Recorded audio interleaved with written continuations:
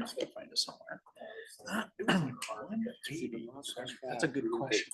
Yeah, why Why the land? I didn't realize that some of them did that big of a difference.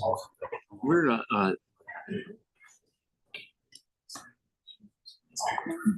Yes, ma'am. okay, get out Go get and go in through Google. Oh, that's right. Go in through Google and do it that way. I was stymied by that because all of a sudden it asked for sign on and it's like, I don't have a Zoom. Yeah. 6:00 p.m. Someday. You guys ready? I don't know what that was. Yeah. You guys ready Where's to my go? watch? Maybe I hit something on that watch. Okay, so we're going to start our city council regular business meeting. It's Thursday, April 3rd, 2025 at 6:01 p.m. Lindsay, would you please call a roll? Councilmember Baker, Here. Brown, Here. Cool, Here. Livingston, Meineke, Mayor Phillips. I'm here as well. We do have a quorum, so we'll move on. Item number 2 is Pledge of Allegiance. Would you please rise and say the Pledge of Allegiance with me?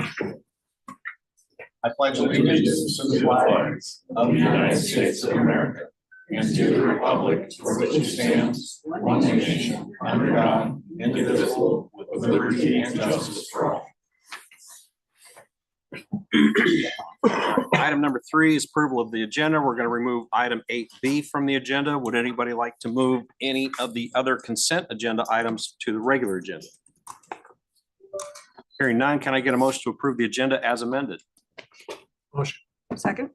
Motion by Brown, seconded by Livingston. All those in favor say aye. Aye. Aye. All those opposed, same. That motion carries. Item number 4 is welcome guests and public comment. Thank you all for being here tonight. We'll go open up the dais for anybody who wants to comment on a non-agenda item. We'll give you 3 minutes for your comments. Realize we can't take action on those tonight because of open meetings law and since they aren't on the agenda. Also, if you'd like to comment on any item in the consent agenda, now would be the time. Do we have any takers? Hearing none, we'll move on. Item number 5. We have a presentation tonight. Tiffany Talshak and Stacy Levon are here from the Greater Des Moines Partnership. Come on up. Thank Good you. to see you guys. Great to see you. Thanks, Mayor and members of council and city staff for taking time to hear from us tonight. We really appreciate it. I'm Tiffany Tauschak and I'm the president and CEO of the Greater Des Moines Partnership and joined tonight by my colleague.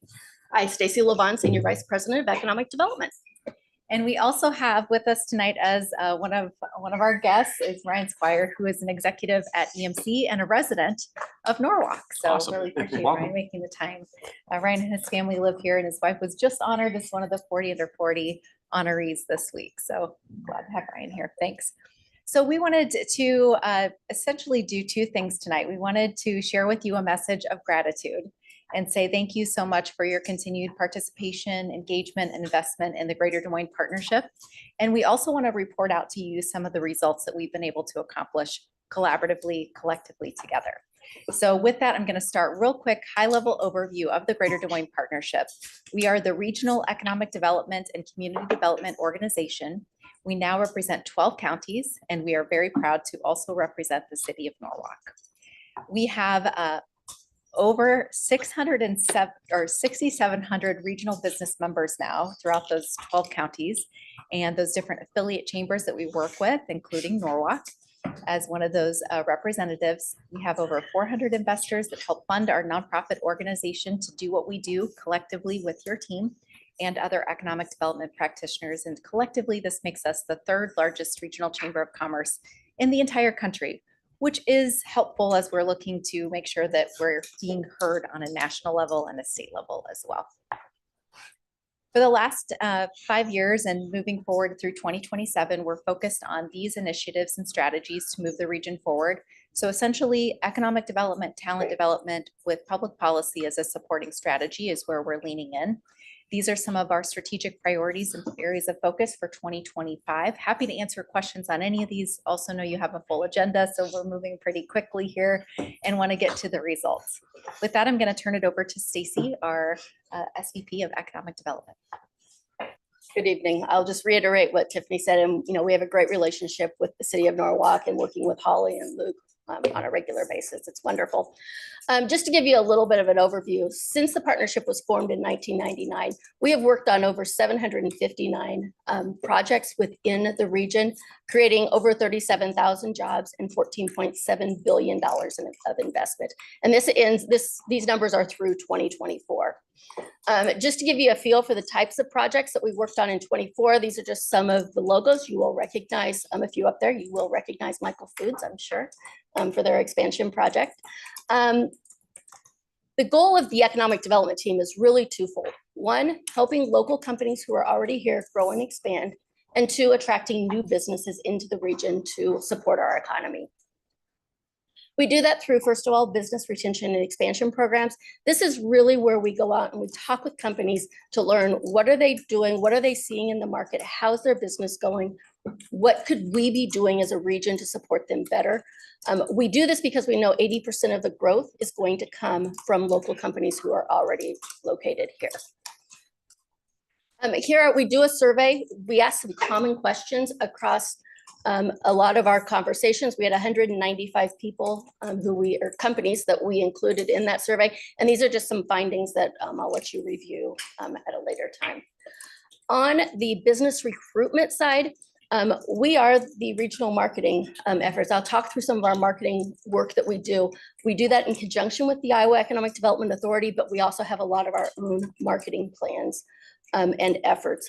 When we are out selling across the nation, we are targeting 6 key industries, really focused on advanced manufacturing, logistics, insurance, financial services, data centers, ag innovation, and technology. We work with companies who fall outside of these targeted industries, but we need to have a focus and places or something that we focus on when we're out marketing on where we are strong.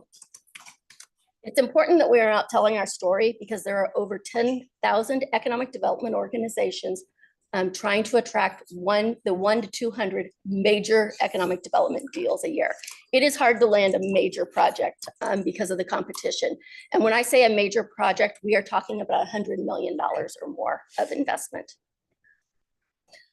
From our lead generation, in 2024, 87% of our leads were generated locally. 13% of our leads came from the state of Iowa. If you look over the 10-year period, it's fairly similar with the state generated leads at about 17%. These are a list of the 23 initiatives that we did in 24, our trade shows and conferences, our metro recruitment trips.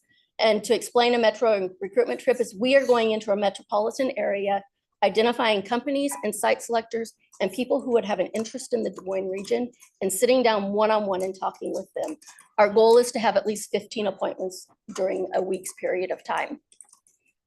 And then we also had somebody who participated in the governor's trade mission to India, which was actually very profitable, as in talking about and getting some leads on potential companies. There was one expansion project that came out of that, but some others that we are following up on. From lead generation in 2024, our leads came from 13 states and 6 countries. I'm always asked, what are trends? What are you seeing out in the marketplace? This I put together really early this year, so don't ask me about the latest changes that have happened over the past week or two. But from an industrial sector, we're looking at supply chain resilience. That's what people are still looking for, and onshoring. From an office, they are moving to Class A office space. There's a lot of office out there. People are moving. Data centers will go wherever they can find power and land and zoning that will allow them to grow there. Housing, the housing supply continues to be constrained. In fact, we are the most constrained across the nation, as we have been for 40 years.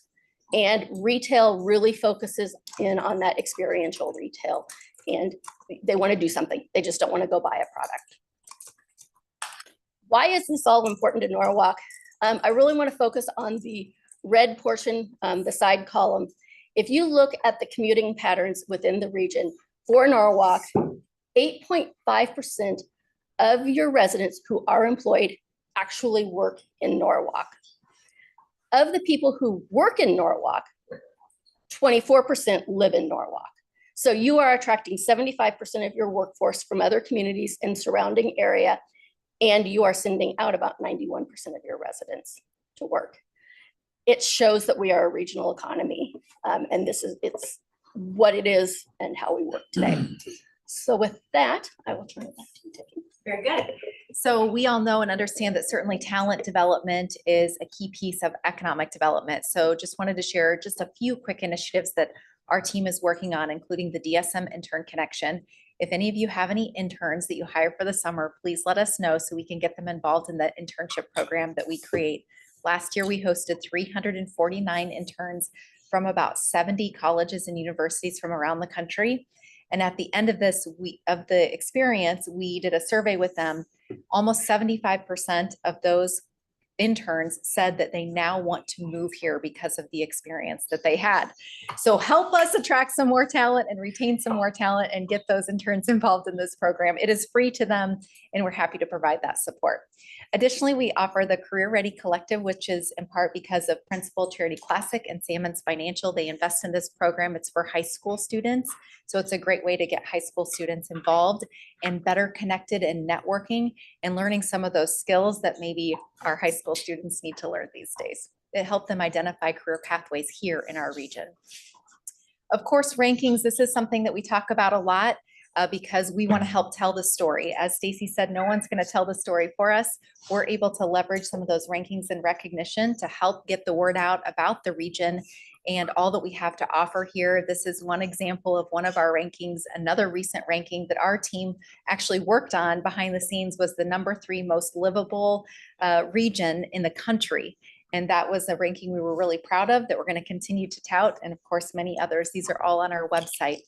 We also leverage our new DSM USA Welcome Guide to help attract talent. And then once the talent are here, we're helping educate them on different ways they can get involved in all of our different community activities and further engage in a region. We also host, Welcome to DSM USA receptions to help connect and welcome those new residents. And we have a new DSM MVP program that we recently rolled out. These are a few of our new DSM MVPs. Think of these folks as like the super ambassadors. They're the welcome committee, welcome team. They're helping attract those talent, connect with those talent before they move here, and then also after they've moved here to further ingrain them in the community. So we would love to have additional representation from Norwalk. If you happen to know someone that might be, I don't know, maybe Ryan needs to do this. He's already on one of our boards though, so pretty busy, but it would be great to have additional representation from Norwalk on this. And this is not a heavy lift. This is probably a Zoom meeting, or if they feel comfortable meeting for coffee 1 or 2 times. DMDC, of course, you all are familiar with this. We do a big fly-in to DC every year, have really continued to appreciate your involvement and participation in the building of our federal and advocacy agendas, as well as state. And we'll do this again, May 7th through 9th. So really excited to have this DMDC trip coming up. And as mentioned earlier, we continue to work closely with all of our affiliate chambers throughout the 12 county region to help support them and their members, because their members are our members. Of course, really appreciate Norwalk and your continued involvement as well. But want you to know there's a number of things that we offer to certainly Norwalk overall. A few of those are listed here. And then that small business support continues to be really important. We know that we want your businesses to be growing and thriving just as we want all of the businesses throughout the region to be growing and thriving. But we've really keyed in on a few of those small business development opportunities and coaching opportunities to help with mentoring and scaling up businesses. So one is our Scale DSM Business Accelerator Program. Another is our Spark DSM Business Incubator Program. So Spark DSM, already this year, we've had 46 businesses that have applied for this program. So these are really just starting out businesses that can be at the Downtown Farmers Market, World Food and Music Festival, different events throughout the region to help learn more about how they can grow their business. And then the Scale DSM program is more focused on, as it says, scaling up those businesses. And then we offer one-on-one small business consulting. This is all free to your businesses. So this is all offset by all of the corporate private support that we receive as an organization. So please tell your businesses about this. And then again, touched on the rankings, just again, underscoring the importance of leveraging these rankings to tell the story and get more people here. This is the latest look at our population growth numbers. We have a number of events and activations. We know based off of the data that we collect that having a community and region that has all kinds of vibrancy and things to do, which your community has done a fantastic job in offering more amenities. We really appreciate your continued leadership there. It matters and it helps us attract and retain more talent. And just again, want to underscore that importance of telling the story. Our team works primarily, yes, on local and state media, but we really work to get some of those national media pitches out there to help tell the story on a broader scale. So we have a number of initiatives that we do to help get the word out. Capital Crossroads is the regional vision plan. Mayor, I just want to pause and say thank you for your engagement and involvement with Capital Crossroads. And just for you all to be aware, certainly we appreciate all that Norwalk is doing. Housing is another area that you just continue to be a leader and we're lifting up and celebrating you. But you also are wearing the regional hat. And that's something we just want to say thank you to you for. And Mayor, your seat at that regional table on an ongoing basis is certainly noticed and appreciated. And then I know we've already lifted up Holly and Luke, but your continued involvement with our economic development practitioners too. It really matters. The engagement piece is so important, and you are really doing that very well. So thank you. Finally, we're just going to close this out here with a quick glimpse at some of the offerings that you all receive as part of your investment in the Greater Des Moines Partnership. Happy to answer questions on any of this, but again, I know you have a full agenda, so wanted to fly through it quickly. Thank you. Yeah, questions from anybody? I was just gonna comment that our daughter opened a flower shop here in town about 3 years ago. And she benefited from some of those training programs and that's for the you folks run. So that's appreciated. Thank you for sharing. Will you remind me the name of her shop? Name of her shop? That's Bellflower. All right. Senior moment. Bellflower Florist. Bellflower Florist and Gifts. Good night, Ed. Thank you so I much. gotta remember my own name. I would love to, we'll take that back to the team. They love to hear that kind of feedback. So thank you for sharing it. Sorry to put you on the No, spot. that's all right. That happens all the time. Quick question, because I don't know the answer to it. There was an effort by some senators in Iowa to defund the top 3 counties in the state on economic development. I am praying that got flushed. It's dead. Thank you. Okay, that made 0 sense to me. The second is just around the corner. Along those lines, how have your conversations with legislators gone as far as property tax reform? We continue to have those conversations. And again, I would just say thank you. You all have been extremely helpful and good partners in helping us navigate these conversations. We will have additional conversations and some of these will play out more publicly. Some of them are behind the scenes, but we continue to have those conversations and really push for pro-growth. Okay, Good. and then So what does that mean? okay, That means we want this to continue to be a growing and thriving region and state. And with that, we need to have tools available to us to help grow. And you feel like what's happening right now is not allowing for those tools, or? I would say, there are pieces of some of the legislation that could be limiting. So we want to make sure that we're doing all that we can to support that pro-growth agenda, which again, your team was involved in helping us map out all of that. It's a process. Oh, yeah. But we continue to have conversations and providing very specific recommendations on language that could be helpful in achieving our pro-growth agenda. Very diplomatically said. Thank you. I heard the word pro-growth quite a bit. I think I picked up on I'm so glad that that's the Is- talking point is that it you walked like- away with. Pro-growth opposite anti-growth? A lack of funding can be perceived as anti. Yeah, it could be. Could, throwing that out. It might. We very much appreciate our city and county partners. What our team does across the country, and Stacy just already this year, Stacy and team have been out to 8 different national marketing trips and helping bring back those leads to our local economic development partners. We need you to have tools to help get those projects across the finish line. You had any conversations about I-435, the interstate redesignation? Yes, How are those going? yes, going well, Okay, good. yes. I think that's pro-growth. It's pro-growth. Thank you, Mayor. And we are happy to have a deeper dive conversation at any point. Ryan Moon, who is our Director of Government Relations and Public Policy, is up at the Capitol every single day during session. I'm up there multiple times a week. Janae Sickink, our SVP of Talent Development and Inclusive Strategies, is also up there multiple times every week.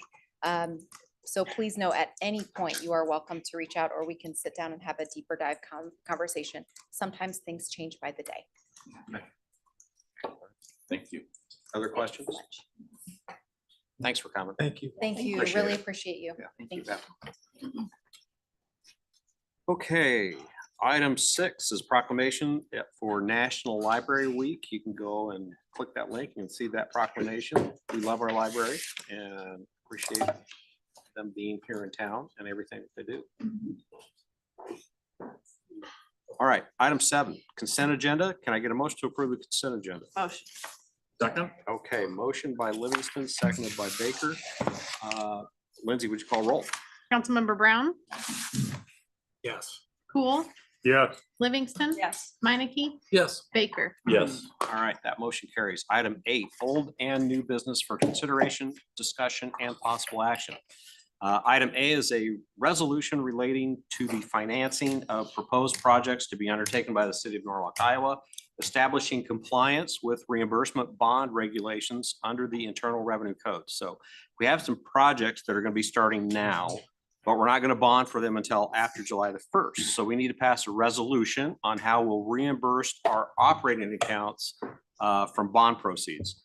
Basically, this is a formal way of informing the public and the bond market that we will pay ourselves back after we receive the bond proceeds. Gene, I hope I got that correct. Yes, I'll just leave- would add that the significance of this is that it allows us to borrow that money under a tax exempt status. Okay. That's great. Questions from council? Discussion? Any public input? Anybody want to make a motion? Thank you. Second. Okay, motion by Livingston, seconded by Brown. Any further discussion? Hearing none. Lindsay, would you please call roll? Councilmember Cool, Yeah. Livingston. Yes. Meineke, Yes. Baker, Yes. Brown. Yes. All right, motion carries. Item 8C is a resolution approving the site plan of Norwalk Central Water Tower. So it's exciting to see the site plan of where the new water tower is going to be located. And I believe Tony Belisi's on the Zoom in case there are questions for him. Luke, is there anything to add? No. Happy to answer questions. Any questions for Tony or Luke, or any discussion? Any public input?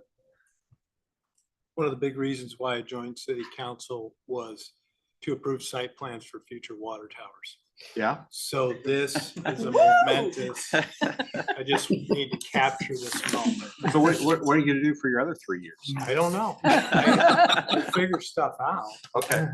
but Well, punch that ticket. I did. I mean, it's a big night. It's a big night. Yeah. So I'm holding my tongue because you're going to make,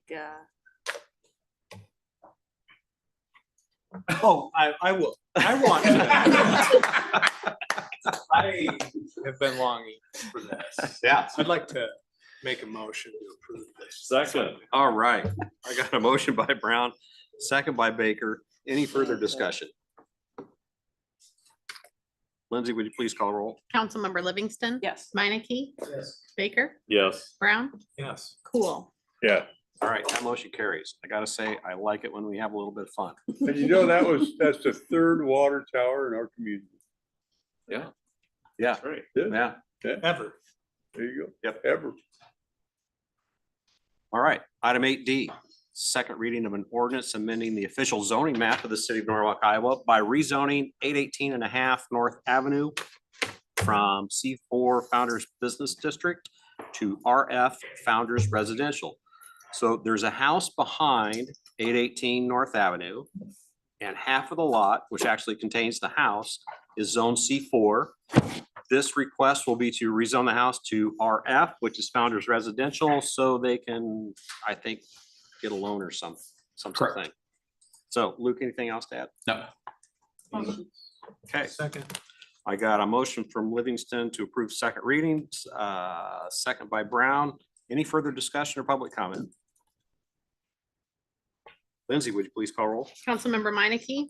Yes. Baker. Yes. Brown. Yes. Cool. Yeah, Livingston. Yes. All right, motion carries. Item 8E, it's the second reading of an ordinance amending chapter 91, water meters, and chapter 177, rates and fees, providing for amended hydrant meter rates. So the hydrant meters are used for temporary water use. This use is primarily for water usage at new construction sites. At this point, the deposit we require for the meter won't pay for the replacement if the meter is damaged or lost. So we need to set the deposit to be the same as the cost of the meter, which is what the new language in the ordinance does.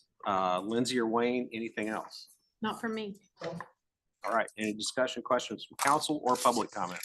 Motion. Second.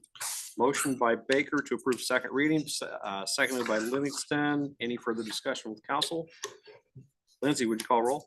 Councilmember Baker. Yes. Brown. Yes. Cool. yes, Livingston. Yes. Minneke. Yes. All right, motion carries.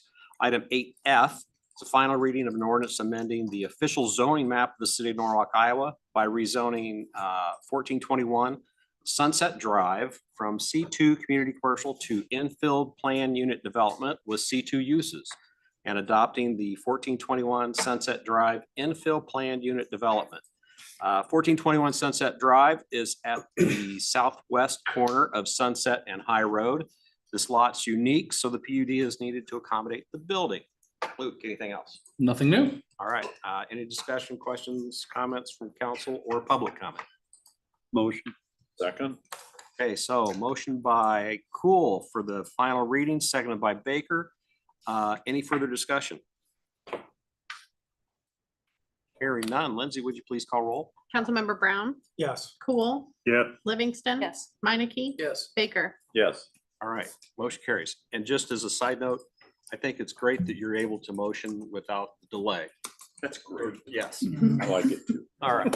Item 8G, final reading of an ordinance amending the official zoning map of the city of Norwalk, Iowa by rezoning 7680 County Line Road from AR Agricultural Reserve to RE1 Single Family Rural Estates. So the owners would like to do some improvements to their property, but can't due to the current zoning of Ag Reserve. This and setbacks, I believe, is what this is around. This Correct. change is to rezone to rural estates so the owner can make their improvements. Luke, anything else? Nothing else. All right, any discussion, questions from council or public comment? Anybody want to make a motion? Second. All right, motion by Livingston to approve final reading, seconded by Brown. Any further discussion? Hearing none. Lindsay, would you please call roll? Councilmember Cool. yes, Livingston. Yes. Minneke. Yes. Baker. Yes. Brown. Yes. All right, motion carries. Item 8H. Council direction on proceeding with consideration of a transfer of city-owned property at the northwest corner of Wright Road and Orchard Hills Drive. So this proposal of the city surrounds a somewhat complex situation. Luke, you did a nice job summarizing the history of the parcel in question. My condensed version is that this parcel is at the center of several different development boundaries and the intersection of two streets. Now that the area is fully developed, we have a remnant parcel that can be cleaned up. Primary question, is there any public purpose of the city retaining ownership of this parcel. Because our bike trail is on the east side of the street, so even that type of use isn't necessary on the west side of the street. Luke, I'll turn it over to you. Yeah, that hits a good summary of it. Certainly happy to talk about the history of it if anyone wants to. But the short side of it is it's about 4,700 square feet of remnant parcel that's kind of been left there after all this development's happened. And the builder developer of the townhome units to the west had approached the city about would we be willing to transfer it to them. Don't know what that looks like yet. Told them the first thing we needed to do was come and get kind of direction from you all. Do we want to pursue that or not? And if we do, then Jim's obviously got the whole legal process we need to run through as far as public hearings and negotiating that and everything. And so if you would like us to do that, we can start that. It'd be similar to the process we went through with the Sunset Estates Park, where we had some of that parkland that we carved off and added to the back of some lots. So happy to start that process if we want to, answer any other questions. Yeah. A couple thoughts. One is, I'm curious the wording and whose language transferring is. It was interesting. Jim and I asked him that yesterday. Should I change that? That was my wording. Because we hadn't had any negotiation of we're selling it to you or not. I felt like that was the best way to represent what's been discussed to this point. So I would imagine it would be a negotiated sale. So the sellers or the owners of the duplex or the builders of the duplex are the ones that approached us and said, Yes. hey. Can we acquire this? Can we so- buy it? Yeah. And so that's my question. What were their words? I believe it was acquire. Okay. And so again, right, words matter. 'Cause Sure. transferring suggests we're giving it to them. Acquiring suggests they have an intent to buy. Those are two very different things. Words matter.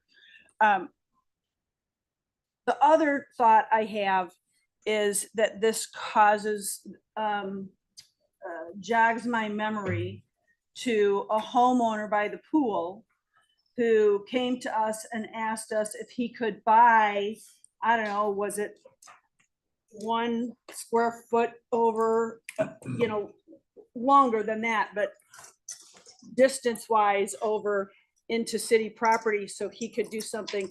And it was a resounding no, because God forbid the city give up any parkland. And that is property that we will never, ever use except for a little bit of extra buffer green space from a parking lot, but we weren't willing to let him buy it. I understand that this is different, but it also is not. Right, the placement, what surrounds it, all of those things are definitely different, but, and I don't know what use we have for this. Of course, I don't know what use we had for that strip of land right next to that homeowner's property. But I guess those are just that's just my thought about the whole thing. So my answer to your question is yes. My question, his No, question. yes. Yes, we should do And something about it. I like the, the transfer also. It feels like it's deeded Yeah, I have over or no something. interest in transferring. I know that was never the plan. In the process, what you'll hear from me is that the council's required to get fair market value. They can't just give property. There's different aspects of what could be fair market value. I think probably the starting point, maybe the ending point is we recently, if you remember, sold some parcels off of the park ground up there By that North pond. Avenue next to that pond. And we carved that off because the neighbors came and said, hey, can we have part of that yard? And we, They already had yeah, sprinklers in it. they had sprinklers in it and stuff like that. So, and there was a rate there that we charged. Yeah, right there at that location it's being pointed at. So I would think that probably that's where we would kind of start at. But I don't think the city council can gratuitously just give something away if it has value. Right, I understand Yeah, really, okay. I was when we put out a document like this for the public to read, it appears to the public that we are suggesting that we should just transfer and give it away. Words matter. That is my point. I know what our requirements are as a city. I know what our rules are. I think we have to take care in how we say things. That's my point. Well, thank goodness, because I was afraid you were considering a Jim Dotery Memorial Park. Or we can plant corn on. What's your intention? Yeah, what's your rush? Well, planet ahead, planet ahead. Not that it matters a whole lot, but who takes care of the property? Well, Right now. it'd be the city's property, so the city would have the obligation to. But who mows it? At this moment, probably nobody's. I think it's a new house that's being built. Oh. I think it'd be in the There's sod city. on it and it appears to be maintained at the same level of the adjacent property. It would appear to me to be in the city's interest to There's sod sell that's this actually at fair being market sprinkled value. right there. 'Cause You- I ran purpose on it, obviously. I've ran on that. Are you looking for a motion on this or Yeah, just I don't- direction? I don't, do we Just need a direction. motion, Jim, or do we just? I need think to- just kind of general direction before we consensus? start. Okay. All right, I think we're, I think it's in the city's interest to sell this at fair market value. Me too. Me too. Okay. And know save which way our you're park going? plans for later. selling that transfer.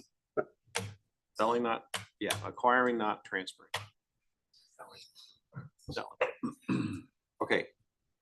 Anything else, council, on this one?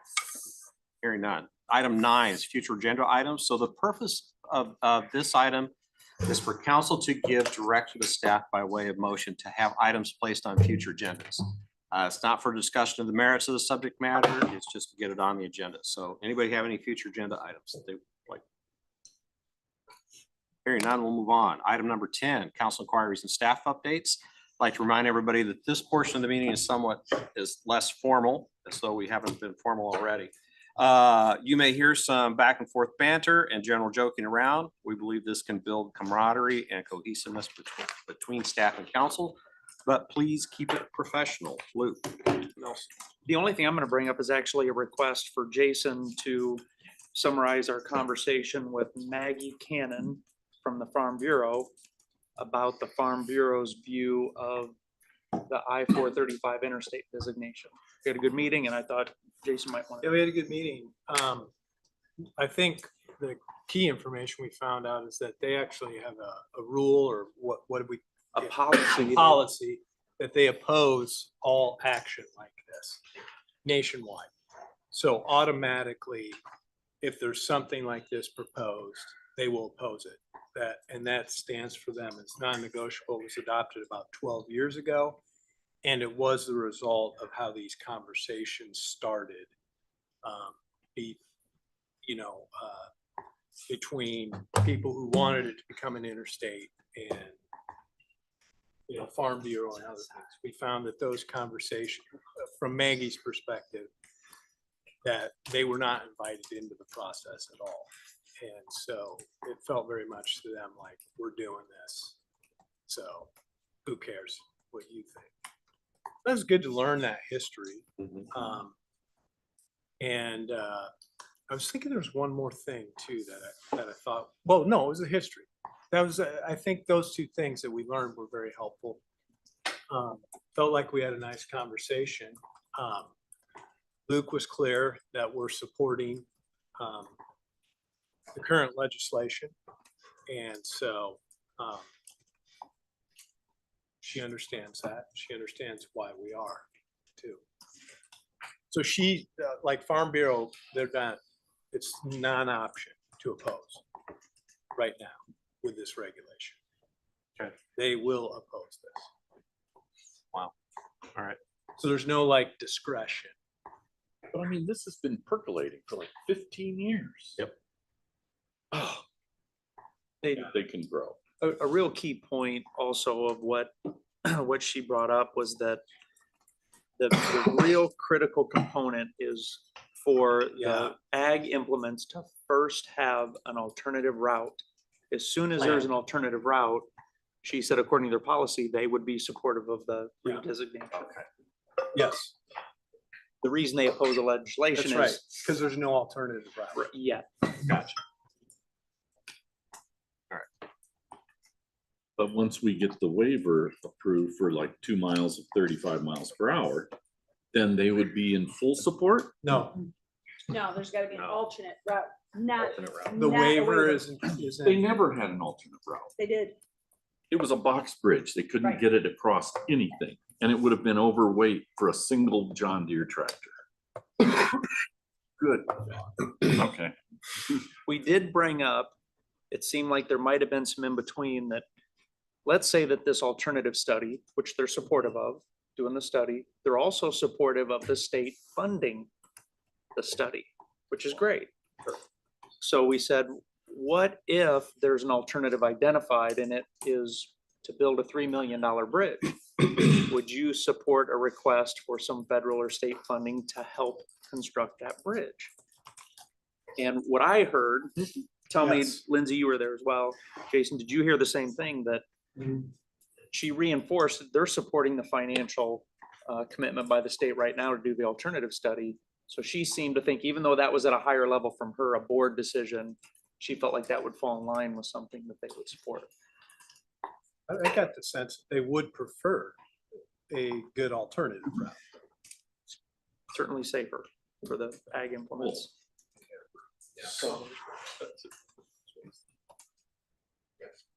Well, the main reason I really appreciate the fact that at that meeting at the State House that I'm embarrassed to say, I've been involved in these discussions. I think the first month I was here, we had a meeting on this alternative designation. And it was the first time somebody said, hey, why don't we go meet with Farm Bureau to really kind of one-on-one understand their perspective?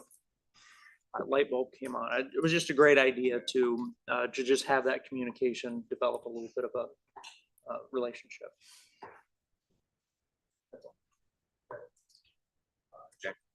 So I do have something. I don't fully understand when and how and why the development in our city affects other areas of our city. But right now, there are at least 3 areas of the bike trail that we really worked hard to build and open that are closed because of adjacent developments. And at least in 2 of those areas, it doesn't look like there's anything that is actually affecting the bike trails that are closed. And in one of those areas, I haven't seen anything happening for months. So I don't know who I say, Stink eye. I don't know who I say what to about it, but it's absurd. And like, I know that on Beardsley, there are people just ignoring the trail close sign, and somebody's gonna get hurt and there's gonna be a lawsuit because either the trail doesn't need to be closed or it needs to be closed so people can't be there. And if it needs to be closed so people can't be there, then something needs to be happening that tells people really you can't be here because nothing's happening there. So I'm just sharing my frustration on behalf of all of my fellow bike riders who are, That and doesn't- walkers who are saying, what the heck? Jackie, that doesn't Oh, there you sound go. like frustration. Doesn't it? Should I yell? Should I swear? I've done that before. So there. No, So that's no what I swear have to words say. tonight. I appreciate what you're saying. It took a long time to be able to get the trail temporarily reopened on Highway 28, just north of McDonald's. It was a long time.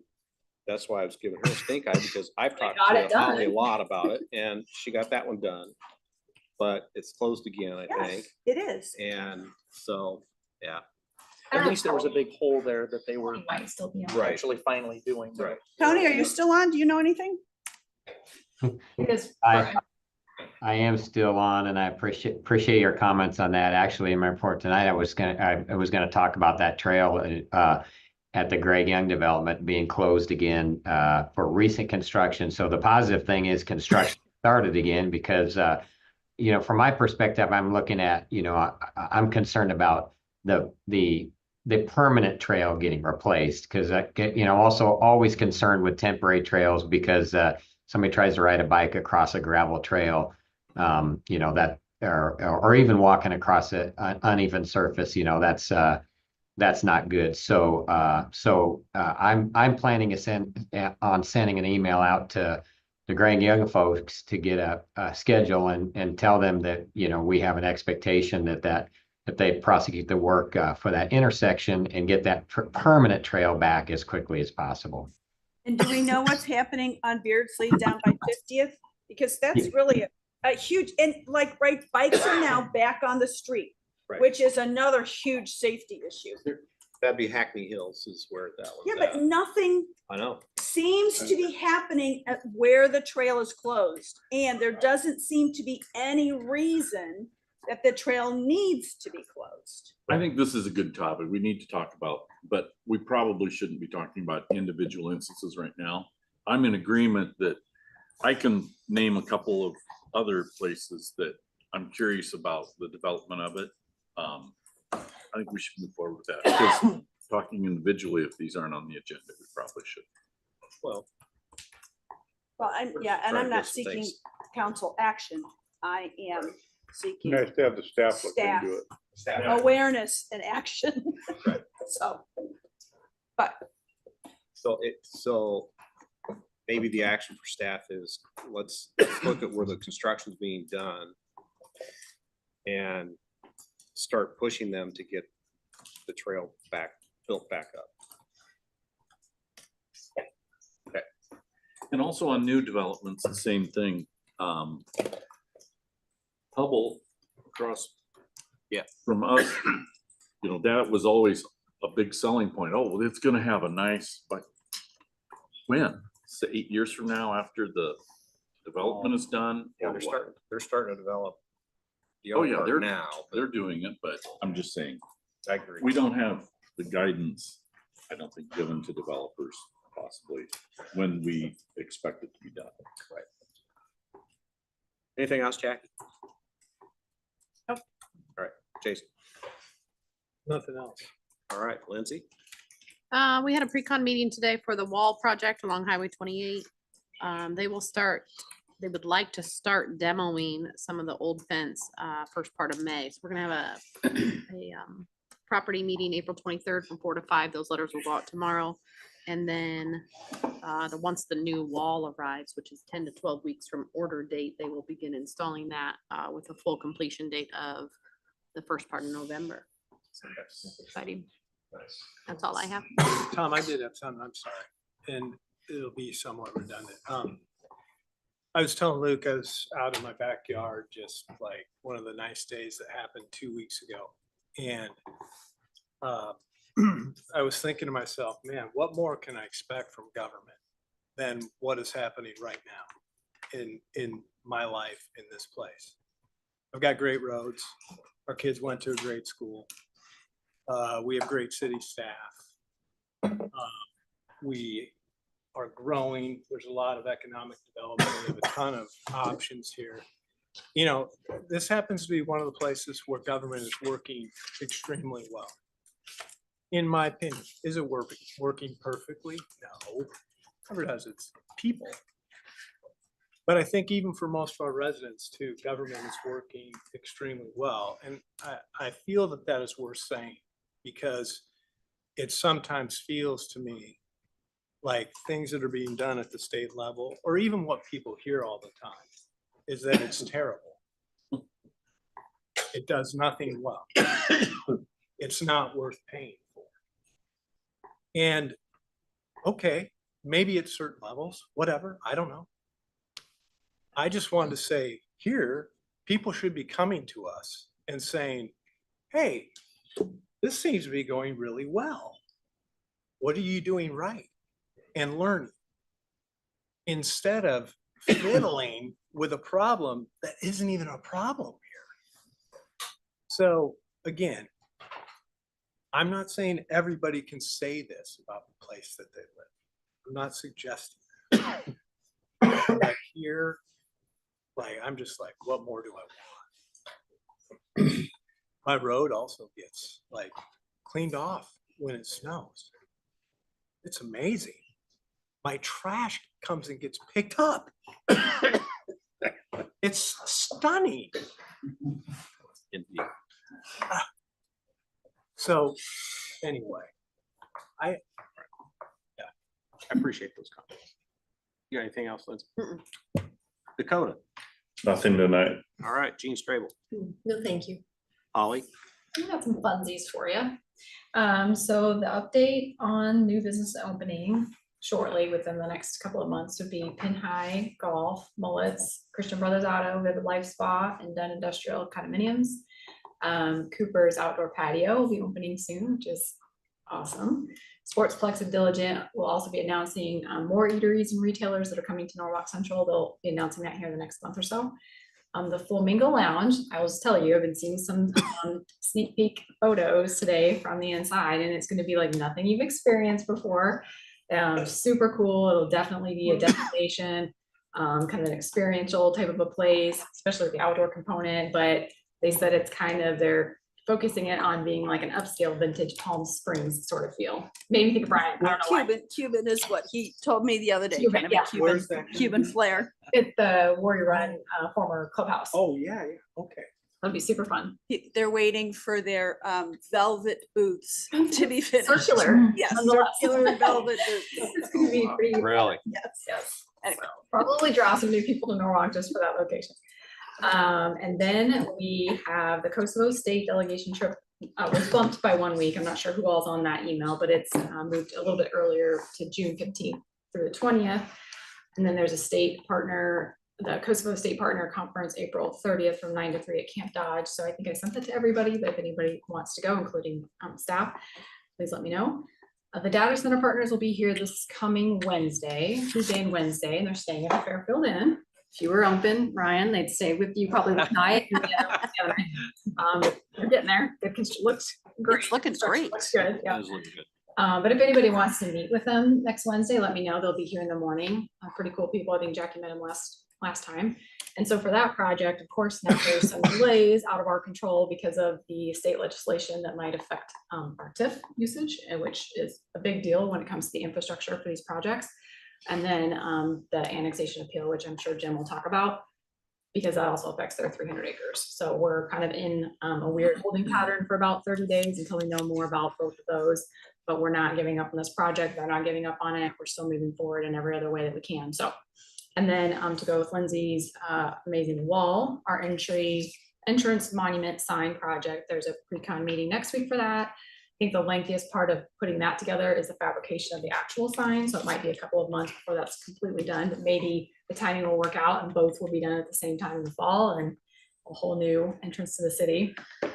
And then our entrance monument signs to Norwalk Central will be lit up soon. Thank you, Wayne. This is awesome, helping with that. And then Hot Works Studio and Ember Market are now open. So if you haven't been there, please go and check them out. It's new businesses. Thanks. Gene Kelly. Next meeting, I'm going to bring utility rate increases. With the Central Iowa Waterworks buy-in, we're gonna have to borrow about $6 million. And then the water tower right now, we think is about 7, so a lot of money. And we are gonna borrow these funds with this through the SRF, which is State Revolving Loan Fund, through the Iowa Finance Authority. It's basically our best deal at this point to get a decent interest rate. The reason I'm bringing this up is they would like us to pass a multi-year rate increase resolution or ordinance, I should say, based on the amount of financing we are requesting. And it looks like 4 years is the magic number. We borrow the money this year, like the end of the year, we'll have one interest payment, and then we'll have a full payment the next year, and they want 2 years after your first full payment of just increases that are set, put in place. So we'll be bringing that, looks like it's gonna be about 6% based on the amount of money we wanna borrow and all of our other projects. And of course, our operations and maintenance. So at the same time, we'll probably do the other 2 utilities as well. So I'll be bringing that next time. Just want to give you a heads up. Sticker shock. Yeah, thank you. Chief. Last week, Officer Peyton Evans finished his field training and is on solo patrol and is working the 2 p.m. to midnight shift. Seems to be enjoying himself, so we're happy for that.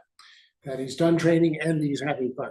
So, and then yesterday, Officer Dunlap and Officer Chriswell reinvigorated our LIFE program, which is a after-school program for youths, and we give them a dinner, give them a message, and do some activities. And yesterday we played games and ate pizza at the Public Safety Building and got tours of police and fire. And they were particularly excited because there was a cardiac call that went out while they were upstairs in the firehouse, and they got to see the firefighters go down the pole. That's That's all I exciting. have. Cool. Very exciting. That is. It's always exciting to watch firefighters go down the pole. That's right. It Yeah. is. Chief. I have nothing tonight. All right. Wayne? Nothing. Tony? Just one thing in response to this, council's comments about the trail closures. I will be reaching out to all the subdivisions and developers.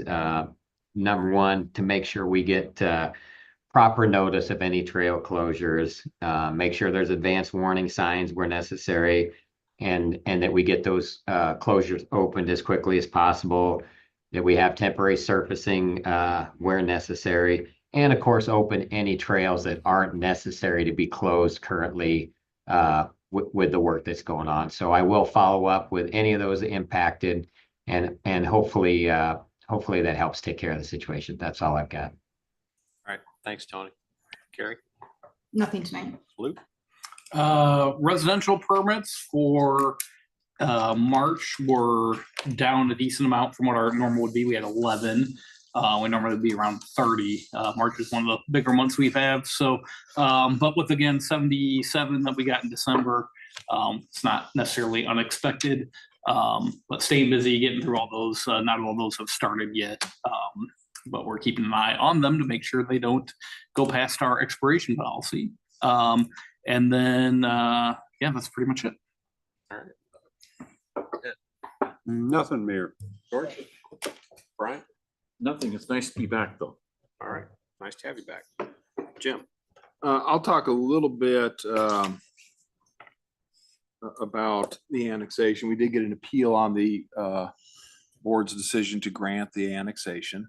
The appeal was by Matthew Clark. He was the non-consenting landowner. So he filed an appeal to the administrative action. So if you were to look on Iowa Courts Online, it's Matthew Clark versus the City Development Board. You're not gonna see the city of Norwalk on there because we are not a party to the annexation. I mean, not a party to the appeal. There are different factors going on with that, and I'll probably update the council a little bit later on a lot of that, but I think, at this point in time, the annexation is paused until that comes to a conclusion. All right. Anything else? No. All right. No community chat on April the 12th. I'll be out of town. I received a comment about one of our goals related to us trying to get to a 75% and now 80% commercial residential balance property tax. And it was negative that we failed in that goal. I just wanted to say that to say that failing to meet the goal it's ignoring the purpose of the goal and how that goal was set. We set a big, hairy, audacious goal that indicated we want to balance our property tax base.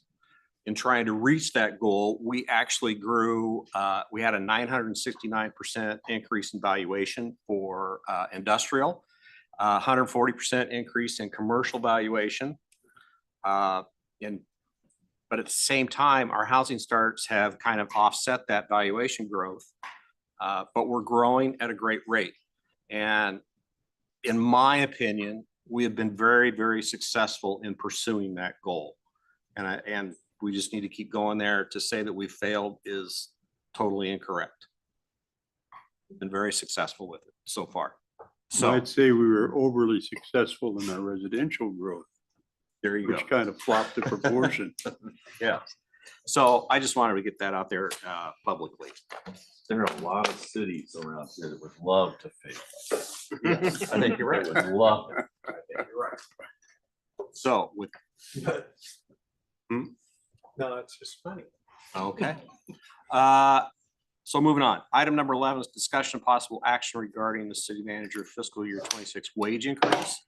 Luke's review this year was a bit different due to some court decisions on closed sessions for personnel matters. So we compiled his review and as we've done in the past, but Luke met individually with all the council members to discuss their comments and discuss his review. I personally think Luke had a great review this year. I think he had a great year.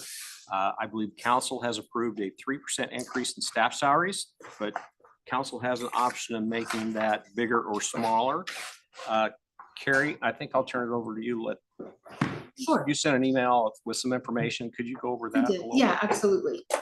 So yes, so I sent an email to mayor and to council, just with some information about our city manager's wage, as well as what other communities are doing and that sort of thing. So one thing that I wanted to point out was that, you know, our city's goal, as adopted by council several years ago, is that we would like to be 1% below the average of the metro communities, not including Des Moines.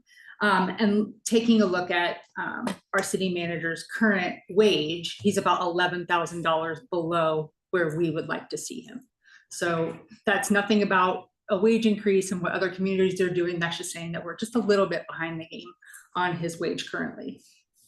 And then I also wanted to point out that assuming the 3% base wage increase is approved by council, that our non-union employees are going to be receiving an average of a 3.75% increase based on partially that 3% base wage increase and then performance.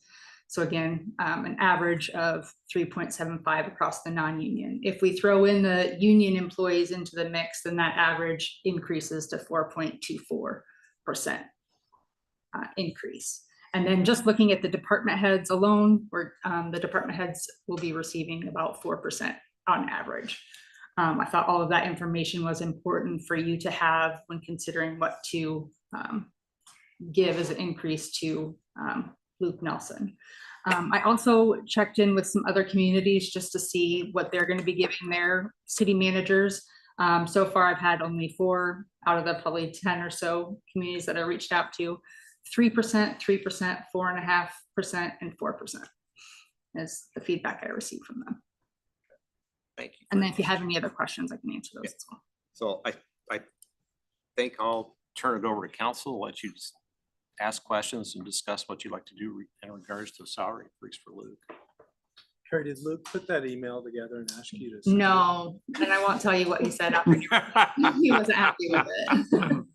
And that's, you know, that's just the type of city manager that we have. He wants to have less of an increase than anybody else in the city, which I think he said to all of us, I know he said to me that he does not want that much of an increase. Yes. You know, I would think it'd be appropriate for him to have what the department heads are receiving, that you would keep the same cushion between his position and theirs, you know, respectively, right? And to me, that would make sense. I don't know what everybody else thinks. That intuition ad makes sense to me. Right there with the water tower, or? No, this means intuition. So are you saying 4% then? Yeah, that's what I'm saying. Okay. Okay. Have we taken action? Do we take action on department heads increase? So how we do it is council would approve the base wage increase, and then I do bring specifically to council a resolution that has each individual's wage. Have we already improved the base wage increase for department heads? No, that'll be part of the budget. Am I correct, Jean? Well, I guess formally like April 17th. Okay. That's anticipated in the budget now. Yes. Yeah, that is as the budget was presented. Carrie, is the average salary for the city manager for the period average? Is that calendar fiscal order? last year or? It's currently for fiscal year 25 is where I'm saying that he's about 11% below where, or sorry, 11,000 below where we would like him. Just paychecks. Yes. For last. Yeah, for fiscal year 25. Yep. Okay. One of those years in the last several years, I can't remember, we made a conscious decision rather than increasing his wage, we increased his contribution to his deferred comp. And that was at his request and with his agreement. So that I think factors into part of the reason that his salary lags behind a little bit, because we made a conscious choice to divert that income to another place. I have said before, try not to very often insert my day job into this job, but I am a public employee in my day job. I work for arguably one of the wealthiest or self-sufficient counties in the state, or at least has been for many, many years. And as a county employee, once, I think in the last 10 years, I have gotten more than a 3% raise. I don't support, I fully and 100% support and appreciate our staff. And I want our staff to stay, and I want our staff to feel valued, and I want our staff to feel appreciated and that they are getting fairly compensated. I do not feel like this year we can afford a 4% base or a 4% raise for department heads. Oh. That's my position. I do believe that Luke should have the same, at least the same as the other department heads. I do not feel that we can afford 4%.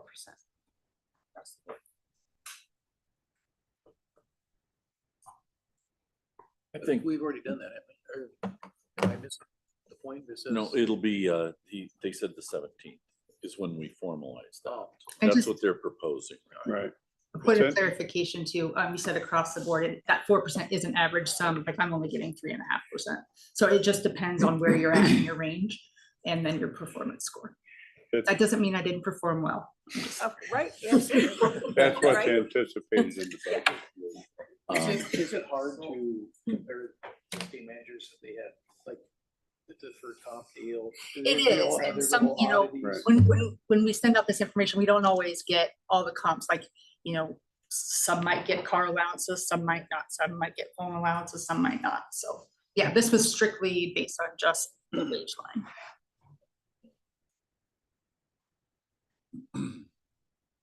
My opinion is, before I came in here, I was thinking 4.5 would put him within a stone's throw of the 11,000. I think the fact that it's within 0.5%. I think the staff and Luke has done a remarkable job with this annexation, extra work, extra everything. And if we're able to boost this up and maintain the staff we have and not, you know, and try to maintain and not hiring additional, because it's the benefits that are the killer. Additional people, I'd like to do what we can to maintain. I think the 4 for the staff average and maybe 4.5 for Luke would be what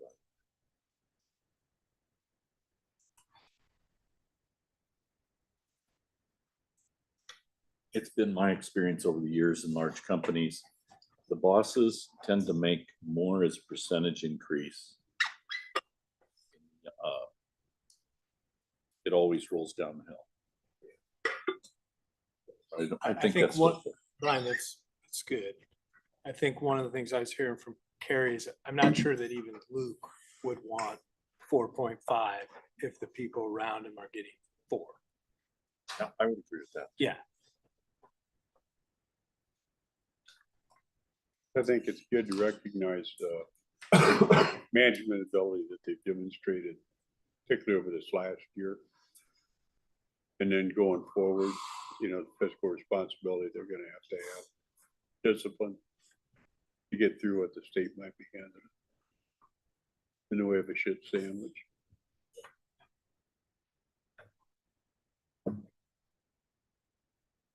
So the data that you have is for fiscal year 25. Is that correct? So that's what they were July 1st in 2024. Right. And so a lot of the other cities are in the same position that we are, is trying to decide. So the percentages that I did share, that is for fiscal year 26, is Ankeny is doing 3% for their city manager, Altoona 3%, Clive 4.5%, and Urbandale 4%. That's the only folks that got back to me. So just doing 4.5 would not make up for it. It would. No, it would really probably keep it pretty even, maybe a little bit higher. And we would still be 11,000 short of goal. Yeah, and to Jackie's point, I don't know off the top of my head how much the deferred comp is, maybe 5,000 from previous years, so maybe we're only off about 5. I'm not 100% sure. That was a good point.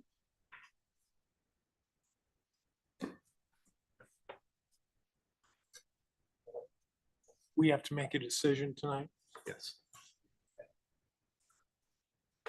If it seems like we're all locking in on 4, at least it should be the same as, at the minimum, same as the department average.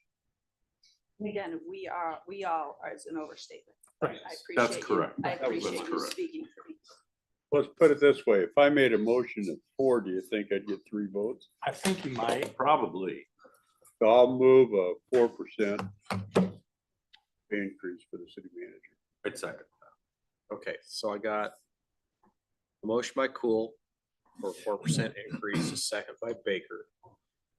All those in favor say aye. Aye. Aye. All those opposed, same sign. No, no, whatever. Whichever side I'm supposed to I got get. you. Okay, so that motion carries then. So you got that number? All right. Thank you for having that discussion. It was unique having that. Why in is public. this not in closed session? He's got to request it, doesn't he? No. No. not Well, even but that. Not there's allowable. different rules now. In the past, cities would basically say, okay, if it's requested, when you're reviewing the performance of an employee, that the council go into a closed session regarding. Right. Spring Cart got involved with that about a little less than a year ago. And basically said, no, that's not the case. It's a 2-prong test. The employee has to ask for it, but also the board or the council that's going into closed session has to find that the information discussed in that will do basically irreparable injury to or harm to the employee. Okay, So what they said is you really almost have to go into closed session twice. First of all, to evaluate what's going to be said, then to come back out of closed session and have a finding that, yeah, we think we better go back into closed session because it's going to have irreparable harm. And then go back into closed session and have the discussion. So. Speaking of irreparable harm, Luke's back now. We gotta- Yeah. We're to Luke's advantage. I don't think there's any harm. So we tried to figure out a way of I it. like and- you more than anybody else, even though I voted the other way. Just saying that. Make that around. I could actually see him out there, and when Ed started talking, he was like this. I thought, oh, okay, I know where I'm supposed to go with this. Okay, let's move on. Item 12 is closed session pursuant to Iowa Code Section 20.17.3 to discuss labor negotiations for police department bargaining unit agreement. Jim, is this a valid reason to go into closed session? Yes, it is. All right, can I get a motion to go into closed session? Second. Okay, so a motion by Livingston, seconded by Cool. Lindsay, would you please call roll? Councilmember Brown, Yes. Cool, Yes. Livingston, Yes. Meineke. Yes. Baker. Yes. All right, that motion carries. We're gonna go in, it is 7:15. We're gonna go into closed session and